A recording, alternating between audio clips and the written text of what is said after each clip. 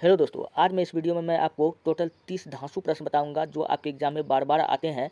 तो अगर आपका एग्जाम एएलपी या टेक्नीशियन या एनटीपीसी किसी भी रेलवे का एग्जाम की तैयारी कर रहे हैं तो ये वीडियो आपके लिए काफ़ी महत्वपूर्ण होगा। चलिए हम वीडियो को स्टार्ट करते हैं।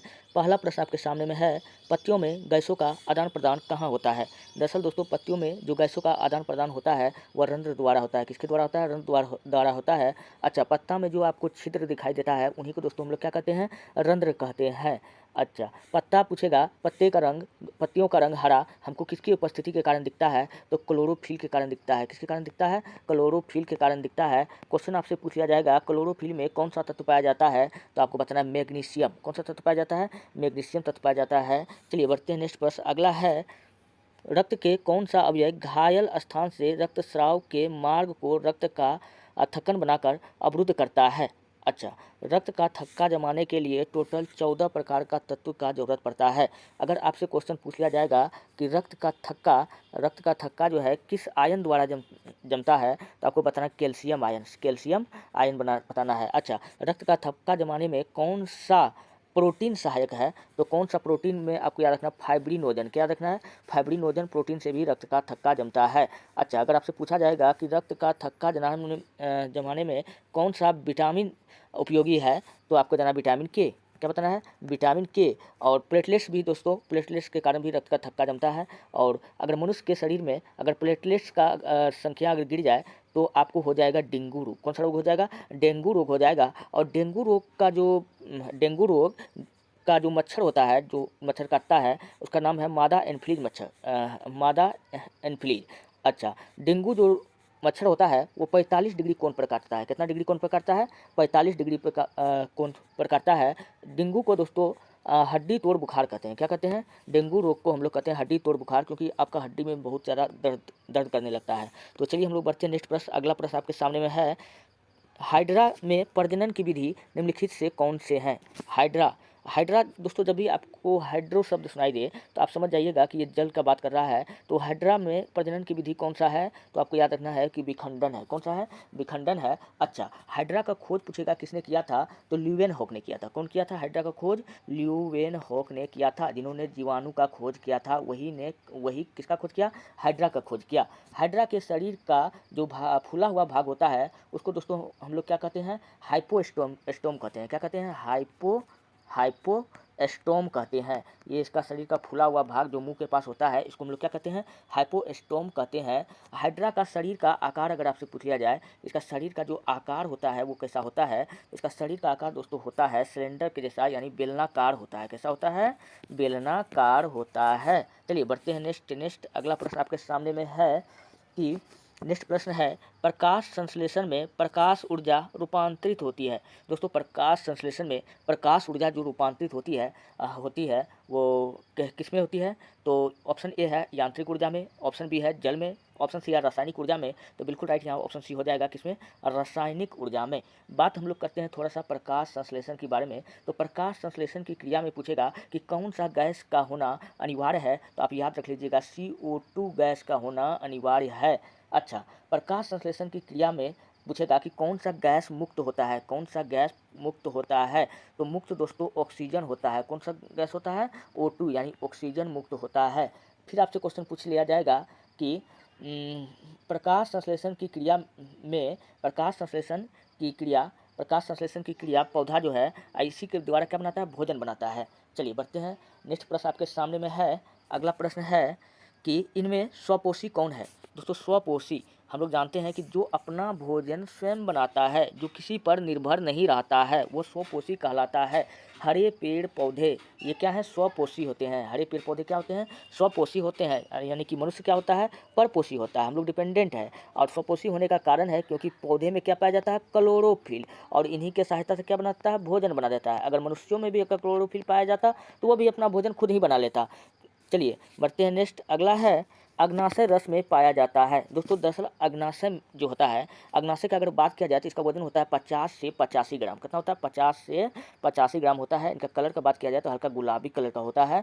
और अग्नाशय से दोस्तों कुछ एंजाइम निकलते हैं। 3 एंजाइम मैं आपको बताता हूँ, एक ट्रिप्सिन एंजाइम, एक लाइपेस एंजाइम, एक एमाइलेज एंजाइम। तो ये सब जो एंजाइम है भैया कहाँ से निकलता है? तो ये सब अग्नाशय से ही निकलता है। तो ऑप्शन नंबर डी क्या हो जाएगा? बिल्कुल राइट हो जाएगा। अच्छा, थोड़ा सा मैं आपको ट्रिप्सिन के बारे में बताता हूँ। जो ट्रिप्सिन नामक एंजाइम, कई बार क्वेश्चन इनसे पूछा जाता है, इनका काम क्या होता है? ट्रिप्सिन नाम एंजाइम का जो काम होता है दोस्तों, प्रोटीन का पाचन करना। क्या होता है? प्रोटीन का पाचन करना।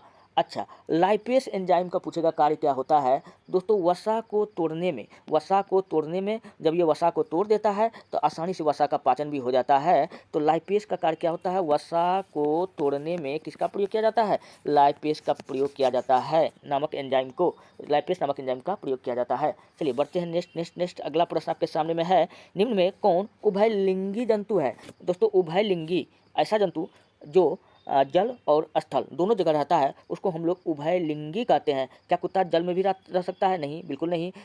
स्थल में तो रहता है। बकरी जल में रह सकती है? नहीं रह सकती है। और बिल्ली भी नहीं। लेकिन केचुआ जल और स्थल दोनों जगह रह सकता है। तो इसका ऑप्शन नंबर 1 क्या हो जाएगा? बिल्कुल राइट हो जाएगा। अच्छा, केचुआ का सबसे बड़ा केचुआ अगर पूछेगा कौन सा है तो हेलोडर्मा। कौन सा है? हेलोडर्मा, आप याद रख लीजिएगा। और केचुआ जो होता है दोस्तों कैसा होता है? नेत्रहीन होता है। कैसा होता है? नेत्रहीन होता है। ये भी बात आप याद रख लीजिएगा। अब मैं आपको कुछ उभयलिंगी जंतु बताता हूँ जो जल और स्थल दोनों जगह रहते हैं। तो केचुआ और स्पंज समुद्री जीव है। आप इसको याद रखिए। स्पंज क्या है? समुद्री जीव है। स्पंज हो गया। और टेपवर्म, क्या? टेपवर्म और जोक को देखें ना, पानी में जो रहता है, जोक और मेढक ये सब जो है दोस्तों क्या है? ये सब उभयलिंगी जंतु है। क्या है? उभयलिंगी जंतु है। दोस्तों अगर आपको वीडियो अच्छा लग रहा है, हेल्पफुल लग रहा है, तब आप हमारे चैनल को सब्सक्राइब कीजिए और वीडियो को लाइक कीजिए, जितना हो सके अपने दोस्तों में भेज दीजिए। हाँ, अगर आपको पीडीएफ चाहिए तो आप जाइए हमारे टेलीग्राम चैनल पर, वहाँ पर आप इतिहास की दुनिया 99 लिख करके वीडियो का पीडीएफ प्राप्त कर सकते हैं। नहीं तो वीडियो के डिस्क्रिप्शन में लिंक डाल दिया जाएगा। तो चलिए हम बढ़ते हैं नेक्स्ट प्रश्न की ओर। अगला प्रश्न है भैया, काफ़ी शानदार प्रश्न है। ओजोन परत पाई जाती है। दोस्तों ओजोन परत जो है वो कहाँ पाई जाती है? तो ओजोन परत जो है दोस्तों वो कहाँ पाई जाती है? वो पाया जाता है समताप मंडल में। कहाँ पाया जाता है? तो समताप मंडल में पाया जाता है। तो इसका ऑप्शन नंबर क्या हो जाएगा? स्ट्रेटोस्फीयर में। तो ये बिल्कुल ए नंबर क्या हो जाएगा? बिल्कुल राइट हो जाएगा। अच्छा, समताप मंडल में पूछेगा वायुयान हमारा किस मंडल में उड़ता है? दोस्तों वायुयान भी हमारा समताप मंडल में उड़ता है। किस मंडल में उड़ता है? समताप मंडल में उड़ता है। ओजोन परत का खोज पूछेगा किसने किया था? तो ओजोन परत का खोज किया था दोस्तों फेबरी चार्ल्स। कौन? 2 आदमी मिल करके किया था। एक का नाम था फेबरी चार्ल्स, दूसरा का नाम था भैया हेनरी बुसेन। क्या नाम था? हेनरी बुसेन नाम था। इन दोनों ने मिलकर किसका खोज किया था? ओजोन परत का खोज किया था। अच्छा, ओजोन परत से आने वाली जो सूर्य की किरणें होती है, उनसे जो है जो पराबैंगनी किरण निकल करके आती है, उनसे हमारे शरीर को खतरा होता है। इनसे कौन सा कैंसर होने का संभावना रहता है? त्वचा कैंसर, याद रख लीजिएगा। और चलिए बढ़ते हैं नेक्स्ट। अगला है, किसी भी उदासीन विलयन का पीएच मान होता है। दोस्तों जब पीएच मान का पता दोस्तों हम लोग किससे लगाते हैं? एक पीएच स्केल से लगाते हैं और सूचक से भी हम लगाते हैं। तो पीएच मान पीएच स्केल का खोज पूछेगा किसने किया था? तो डॉक्टर साइडेंसन ने किया था। कौन किया था? डॉक्टर साइडेंसन ने पीएच स्केल का खोज किया था। दोस्तों अब मैं आपको कुछ बताता हूँ, आप लोग फटाफट ध्यान में रखिए। अगर अम्ल है तो 7 से उसका मान क्या होगा? कम होगा। 7 से अगर मान कम होगा पीएच स्केल पर तो वो अम्ल होगा। अगर 7 से अधिक होगा तो वो क्या हो जाएगा? क्षार हो जाएगा। क्या हो जाएगा? क्षार हो जाएगा। अगर पूरा 7 के बराबर रहेगा, एक्यूरेट 7 रहेगा तो ये उदासीन हो जाएगा। क्या हो जाएगा? उदासीन हो जाएगा। मैंने क्या बताया? 7 से कम तो अम्ल है, 7 से ज़्यादा तो क्षार है, एक्यूरेट 7 है तो उदासीन है। तो चलिए हम लोग देखते हैं क्वेश्चन 10वां क्या कहता था? किसी भी उदासीन विलयन का पीएच मान होता है। यानी उदासीन पूछ रहा है तो एक्यूरेट आपका मान कितना हो जाएगा? पीएच मान 7 हो जाएगा। तो ऑप्शन नंबर बी। चलिए नेक्स्ट है, अम्ल का पीएच मान होता है। हम लोग जानते हैं अगर अम्ल है तो उसका पीएच मान 7 से कम होगा, 7 से कम होगा। तो 7 से कम हम लोग देखते हैं कहाँ आपका ऑप्शन में दिख रहा है, 7 से अधिक ना, अधिक तो नहीं होगा, इनमें से कोई नहीं। 7 के बराबर, 7 के बराबर हो जाएगा तो उदासीन हो जाएगा, 7 से कम जब ये होगा तो क्या हो जाएगा, अम्ल हो जाएगा। तो ऑप्शन नंबर 1 क्या हो जाएगा, बिल्कुल राइट। चलिए बढ़ते हैं नेक्स्ट, अगला प्रश्न आपके सामने में है, ऑक्जेलिक अम्ल का प्राकृतिक स्रोत निम्न में कौन है। दोस्तों ऑक्जेलिक अम्ल किसमें पाया जाता है, अगर हम कहें तो ऑक्जेलिक अम्ल दोस्तों किसमें पाया जाता है, तो ऑक्जेलिक अम्ल दोस्तों टमाटर में पाया जाता है। किसमें पाया जाता है, टमाटर में पाया जाता है। अगर आपसे क्वेश्चन पूछा जाएगा टमाटर का रंग लाल क्यों होता है, तो आपको पता है लाइकोपीन के कारण। किसके कारण होता है, लाइकोपीन के कारण टमाटर का रंग दोस्तों लाल दिखाई देता है। अच्छा, सिरका में कौन सा अम्ल पाया जाता है, सिरका में पाया जाता है, सिरका में पाया जाता है एसिटिक अम्ल। क्या पाया जाता है, एसिटिक अम्ल पाया जाता है, याद रख लीजिएगा। और सेब में पूछेगा कौन सा अम्ल पाया जाता है, सेब में, सेब याद रख लीजिएगा महंगा है तो याद रख लीजिएगा मैलिक अम्ल। कौन सा अम्ल, मैलिक अम्ल। दूध दही में पूछेगा कौन सा अम्ल पाया जाता है, तो लैक्टिक अम्ल। कौन सा अम्ल पाया जाता है, लैक्टिक अम्ल दूध दही में पाया जाता है। और यही लैक्टिक अम्ल दोस्तों हमारे शरीर में थकान का कारण भी बनता है। चलिए बढ़ते हैं नेक्स्ट लेवल का प्रश्न आपके सामने में है, काफ़ी शानदार जानदार प्रश्न है। अगला है, ग्लूकोज के एक अणु में ऑक्सीजन के कितने परमाणु होते हैं। दोस्तों ग्लूकोज के एक अणु में पूछ रहा है कि ऑक्सीजन के कितने परमाणु होते हैं, तो टोटल 6 परमाणु होते हैं। कितने परमाणु होते हैं, तो 6 परमाणु होते हैं। तो ऑप्शन नंबर बी क्या हो जाएगा, बिल्कुल राइट हो जाएगा। कितने परमाणु होते हैं, 6 परमाणु होते हैं। चलिए मैं आपको कुछ और भी बात बताता हूँ। ग्लूकोज का अगर सूत्र पूछे क्या होता है, तो C6H12 C6H12O6। ये किसका है, ग्लूकोज का 6 है, ग्लूकोज का फॉर्मूला है। ग्लूकोज में पूछेगा कि कार्बन कितना होता है, तो यहाँ देखिए C6 होता है। ग्लूकोज में कार्बन कितना होता है, 6 गो होता है। ऑक्सीजन भी कै गो होता है, तो 6 गो है, ऑक्सीजन भी 6 गो है। लेकिन वही अगर आपसे पूछ लेगा कि हाइड्रोजन कै गो है, तो हाइड्रोजन दोस्तों 12 गो है, H12। तो ग्लूकोज में कितना कार्बन, कितना ऑक्सीजन, कितना हाइड्रोजन है, मैं सब आपको बता दिया। चलिए बढ़ते हैं नेक्स्ट प्रश्न, अगला प्रश्न आपके सामने में है, निम्नलिखित में कौन सबसे अधिक अभिक्रियाशील धातु है। सबसे अधिक अभिक्रियाशील धातु है, सबसे अधिक अभिक्रियाशील धातु दोस्तों कौन है, पोटेशियम है। कौन है, पोटेशियम है, ये बात याद रख लीजिएगा। और सोडियम भी है लेकिन ये पोटेशियम से कम है। तो सोडियम के बारे में मैं आपको बताता हूँ कि चाकू से कटती है, चाकू से कटती है, हवा में जलती है, पानी में करती है विस्फोट। अजब गजब है धातु भैया, बताओ इसका नाम। दोस्तों ये क्या है, सोडियम है, जो पानी में विस्फोट कर जाएगा, हवा में रखिएगा तो आग लग जाएगा। तो ऐसा कौन सा धातु है, सोडियम है। दोस्तों इसको किससे काटा जाता है, चाकू से काटा जाता है। तो आप ये बात याद रख लीजिएगा। चलिए बढ़ते हैं नेक्स्ट प्रश्न, अगला प्रश्न आपके सामने में है, इनमें से कौन सी अधातु चमकीला है। चमकीला अधातु पूछ रहा है, तो आपका राइट आंसर क्या हो जाएगा, ब्रोमीन। क्या हो जाएगा, ब्रोमीन हो जाएगा। अच्छा, कमरे के ताप पर पूछेगा ऐसा कौन सा अधातु है जो द्रव अवस्था में पाया जाता है, तो अधातु पूछेगा कमरे के ताप पर तो ब्रोमीन होगा। वहीं अगर धातु पूछ लेता कमरे के ताप पर कौन सा द्रव अवस्था में पाया जाता है, तब आपका हो जाता है पारा, जिसको हम लोग मरकरी कहते हैं। क्या हो जाता है, पारा। अगर हमारे शरीर में पारा का अगर कमी हो जाएगा तो कौन सा रोग हो जाएगा, तो इटाई रोग, मिनी माता। कौन सा रोग हो जाएगा, मिनी माता रोग हो जाएगा। ये बात याद रख लीजिएगा। चलिए बढ़ते हैं नेक्स्ट प्रश्न, अगला है, नेक्स्ट प्रश्न आपके सामने में है, पीतल है भैया। पीतल क्या है, दोस्तों पीतल एक मिश्र धातु है। क्या है, मिश्र धातु है। तो अगर ये मिश्र धातु है तो जरूर किसी न किसी धातु का मिश्रण होगा इसमें पूछेगा कौन सा धातु का मिश्रण है। तो दोस्तों पीतल का बारे में आप ट्रिक याद रख लीजिएगा, पिताजी। क्या रख लीजिएगा, पिताजी। जो पी से पीतल, ता से तांबा, जी से जिंक, यानी पीतल जो है तांबा और जिंक का मिश्रण है, यानी मिश्र मिला हुआ है, इसलिए तांबा और जिंक का मिश्र धातु है। तो ऑप्शन नंबर सी। चलिए बढ़ते हैं नेक्स्ट, अगला है, आधुनिक आवर्त सारणी में क्षैतिज कतारों की संख्या है। आधुनिक आवर्त सारणी में क्षैतिज कतारों की संख्या कितनी है, तो मैं आपको बताता हूं। अगर पूछे कि आधुनिक आवर्त सारणी में ऊर्ध्वाधर स्तंभ को हम लोग क्या कहते हैं दोस्तों, ऊर्ध्वाधर स्तंभ को हम लोग वर्ग कहते हैं। क्या कहते हैं, वर्ग कहते हैं। किसको, ऊर्ध्वाधर स्तंभ को, ऊर्ध्वाधर स्तंभ को। अगर वही पूछे कि क्षैतिज कतार को हम लोग क्या कहते हैं, आधुनिक आवर्त सारणी में क्षैतिज कतार को दोस्तों हम लोग आवर्त कहते हैं। क्या कहते हैं, आवर्त कहते हैं। दोस्तों यह आवर्त कितना होता है, तो 7 होता है। तो ऑप्शन नंबर 1 क्या हो जाएगा, बिल्कुल राइट हो जाएगा। चलिए दूसरे और तीसरे आवर्त में पूछेगा, आधुनिक आवर्त सारणी में दूसरे और तीसरे आवर्त में कितने तत्व हैं, तो आपको बताना टोटल 8 तत्व है। कितना तत्व है, 8 तत्व है। जबकि चौथा आवर्त में कितना है, चौथा आवर्त में 18 है। हाँ, आधुनिक आवर्त सारणी का सबसे छोटा आवर्त पूछेगा कौन सा है, तो सबसे छोटा आवर्त जो है पहला है, यानी प्रथम वाला है, सबसे छोटा आवर्त उसी का होता है। चलिए बढ़ते हैं नेक्स्ट प्रश्न। अगला प्रश्न आपके सामने में है, लाल तथा हरे वर्णों के प्रकाश के मिलने पर किस वर्ण का प्रकाश उत्पन्न होता है?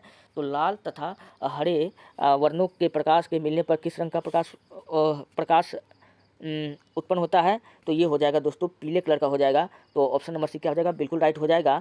और मैं आपको बताता हूँ ऐसा कौन सा रोग है जिसमें व्यक्ति को लाल और हरा रंग को पहचान नहीं पाता है। तो लाल और हरा रंग को दोस्तों नहीं पहचान पाना, ये जो है इस बीमारी को हम लोग कहते हैं वर्णांधता। क्या कहते हैं?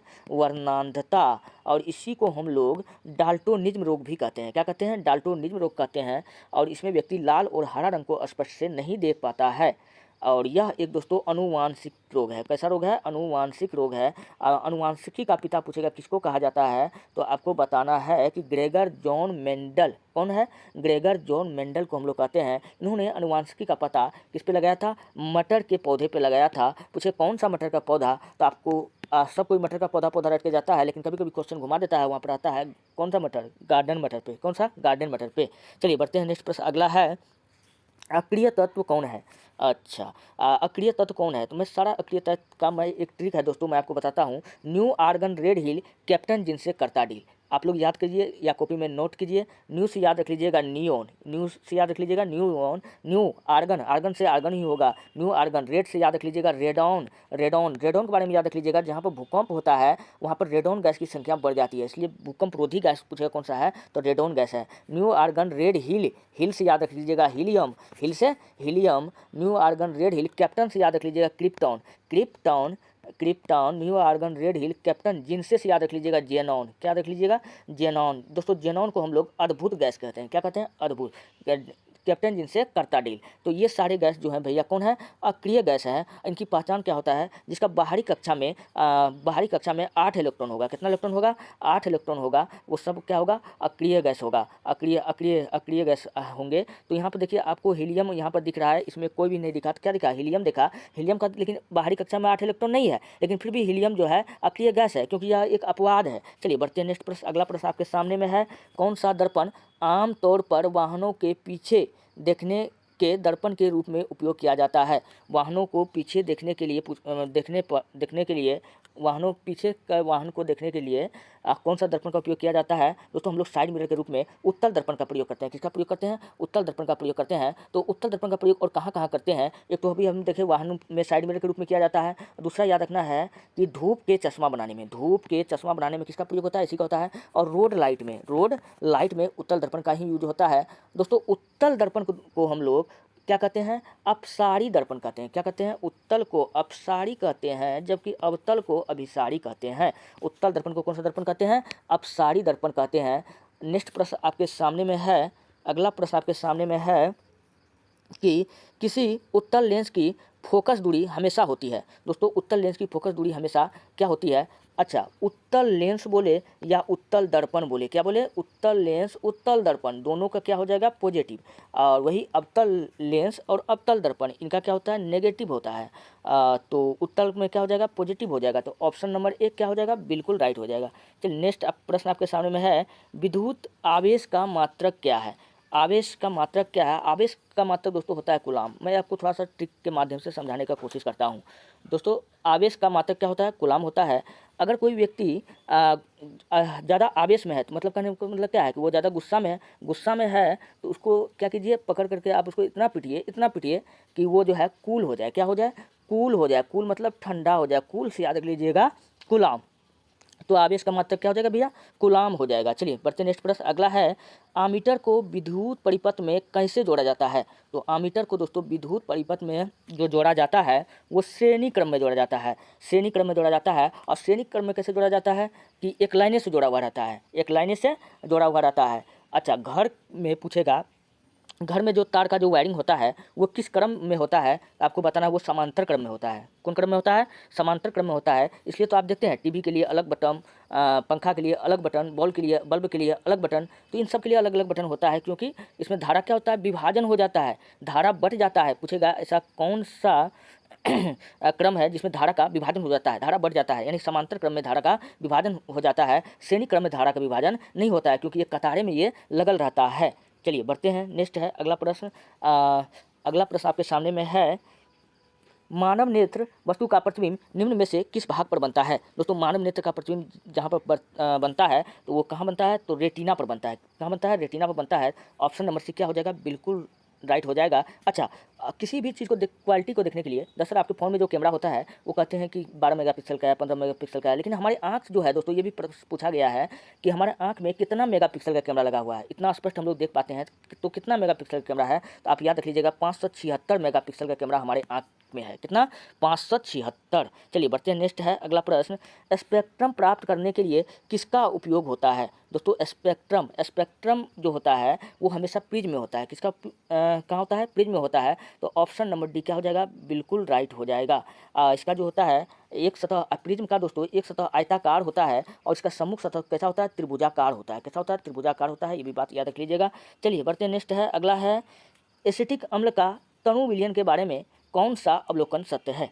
एसिटिक अम्ल दोस्तों कहाँ पाया जाता है, यह सिरका में पाया जाता है। कहाँ पाया जाता है, सिरका या चारों में खट्टे पदार्थ में क्या पाया जाता है, एसिटिक अम्ल पाया जाता है।